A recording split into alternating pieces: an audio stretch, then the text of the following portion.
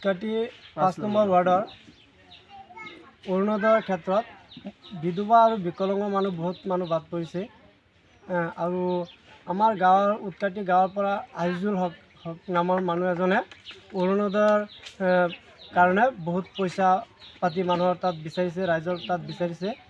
গতিকে যিসকলে পইচা দিছে সিহঁতৰ নাম আহিছে, কিন্তু সিহঁতৰ যোগ্য নহয়, আৰু যিসকলে পইচা দিয়া নাই সিহঁতৰ নাম অৰুণোদয় সোমোৱা নাই।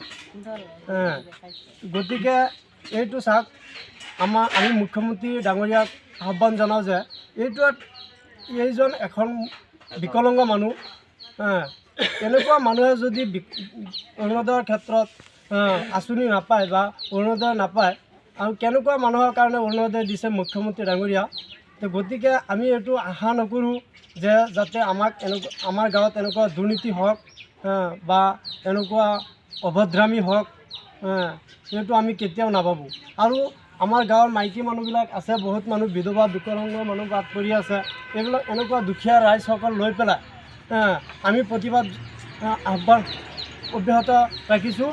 গতিকে যাতে এনেকুৱা দুৰ্নীতিগ্ৰস্ত মানুহক আমাৰ মুখ্যমন্ত্ৰী ডাঙৰীয়া সঠিক তদন্ত কৰি পেলাই সিহঁতক কঠোৰ শাস্তি দিয়াৰ ব্যৱস্থা কৰে। আপোনাৰ নাম কি? মোহাম্মদ আবুল কাশেম। আপোনাৰ দেউতাৰ নাম? মনুৰুদ্দিন আহমেদ। গাঁৱৰ নাম? উৎকাটি। Ward number? 5 নম্বৰ।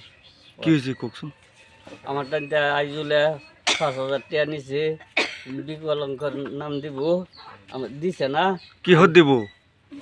অরুণোদয় মানে আপোনাক অৰুণোদয় দিব, দিছে। তেতিয়া সেইটোৰ বাবদ 5,000 টকা খুজিছে। হ্যাঁ, মানুষটা লই আহাৰা দিছি, টেহাৰা আইজুলে খাই দিছি।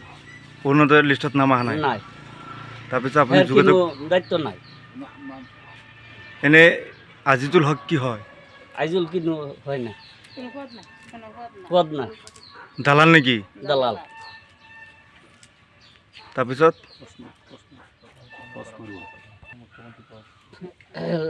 লাহরিয়াত সারের টাই উপযুক্ত বিচার চাইতেছি।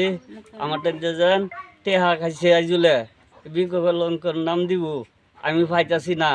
আমার এই সত্য বিচারটা করে দিও মুখ্যমন্ত্রী স্যারের তাই আমি বিচার চাইতেছি। ৰহমানে মোক কি কৈছে যে সিহঁতে 50টা ভোট পাইছে, মাত্ৰ 50টা ভোটৰ পিছত সিহঁতে 85টা 85টা অৰুণোদয় পাইছে। এইটো গোটেইকেইটা সিহঁতে ৰাখিছে, কিন্তু কংগ্ৰেছ দল, BJP, AJP, UDF দলক কাকো সি নিদিয়ে বুলি কৈছে। আৰু আমাৰ তাতো পইচা খুজিছে, কিন্তু আমি দিয়া নাই, সেইকাৰণে আমাৰ নামটো অৰুণোদয়ত অহা নাই। আৰু তাৰ সিহঁতৰ যিটো বিয়াত দিছে সেইটো অৰুণোদয় হৈছে, বেলেগত দিছে সেইটো অৰুণোদয় দিছে, আৰু যিটো দিয়া নাই সেইটো অৰুণোদয় হৈছে। সেইটোৰ কাৰণে আমি মুখ্যমন্ত্ৰী ছাৰৰ কাছত অনুৰোধ কৰি কৈছোঁ যে এইটো আপুনি সঠিক তদন্ত কৰি পেলাই এইটো আমাৰ ন্যায় বিচাৰটো আমি চাওঁ। এইখিনি আমাৰ